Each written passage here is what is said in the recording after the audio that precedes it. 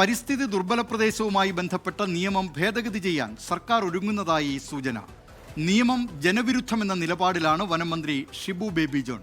മന്ത്രിയുടെ നിലപാടിൽ ഉദ്യോഗസ്ഥർക്ക് അതൃപ്തിയുള്ളതായും സൂചനയുണ്ട്. തിരുവനന്തപുരത്ത് നിന്ന് ഈ വാർത്തയുടെ വിശദാംശങ്ങൾ നൽകും വിനേഷ് കുമാർ. എന്തൊക്കെയാണ് വാർത്തയുടെ കൂടുതൽ വിവരങ്ങൾ?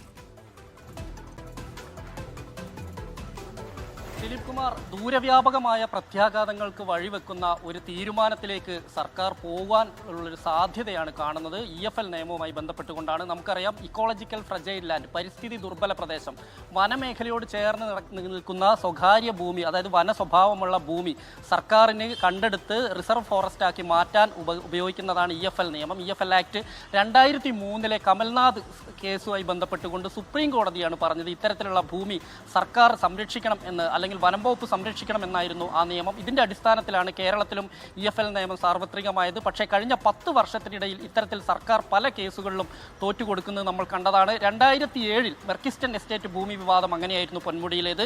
ഈ ഭൂമി, അതായത് ISROയ്ക്ക് ഈ പരിസ്ഥിതി ദുർബല പ്രദേശം, അതായത് 80 ഏക്കറിലധികം വരുന്ന സ്ഥലം വിൽപ്പന നടത്താനുള്ള ഒരു നീക്കമായിരുന്നു മെർക്കിസ്റ്റൺ എസ്റ്റേറ്റ് നടത്തിയത്. അന്ന് അത് വലിയ വിവാദമായിരുന്നു. സമാനമായൊരു സാഹചര്യം തന്നെയാണ് 2021 ഉണ്ടായത്. 2021 കോഴിക്കോട് ജില്ലയിലെ കുറ്റ്യാടി മീൻപറ്റി മലവാരത്തിലെ അഭിരാമി പ്ലാന്റേഷന് വേണ്ടി EFL ആയി സർക്കാർ ഏറ്റെടുത്ത ഭൂമി കൈമാറാൻ നീക്കം നടത്തി. ഇതും EFL നിയമം ഭേദഗതി വരുത്താനുള്ള ഒരു നീക്കമായിരുന്നു അന്ന് വനമന്ത്രി രാജുവിന്റെ നേതൃത്വത്തിൽ ഉണ്ടായത്. അന്ന് അതിനെതിരെ വലിയ പ്രതിഷേധങ്ങൾ ഉണ്ടായതിനെ തുടർന്നാണ് ഇന്ന് പിൻവലിച്ചത്. എന്നാലും ഇപ്പോൾ ഷിബു ബേബി ജോണും അതേ പാതയിലേക്ക് പോകുന്നു എന്നുള്ളൊരു സൂചനയാണ് ലഭിക്കുന്നത്. ഇത് വനം വകുപ്പിലെ ഒരു വിഭാഗത്തിന് വലിയ അതൃപ്തിയുണ്ട്. അതായത് ഉന്നത വനം വകുപ്പ് ഉദ്യോഗസ്ഥരെല്ലാം തന്നെ ഇതിൽ എതിർപ്പ് പ്രകടിപ്പിച്ചിട്ടുണ്ട്. കഴിഞ്ഞ ദിവസം ഉന്നത വനം വകുപ്പ് ഉദ്യോഗസ്ഥരുടെ യോഗം മന്ത്രി വിളിച്ചിരുന്നു.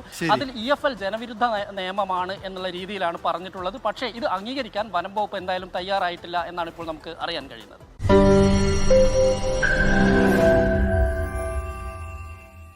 ലോകത്തെവിടെയായാലും ഏത് സമയത്തും 24 വാർത്തകളും ഓഗ്മെന്റഡ് റിയാലിറ്റി പാക്കേജുകളും എക്സ്പ്ലെയിനറുകളും വിശദമായി കാണാൻ ഞങ്ങളുടെ YouTube ചാനൽ നിങ്ങൾക്ക് സബ്സ്ക്രൈബ് ചെയ്യാം.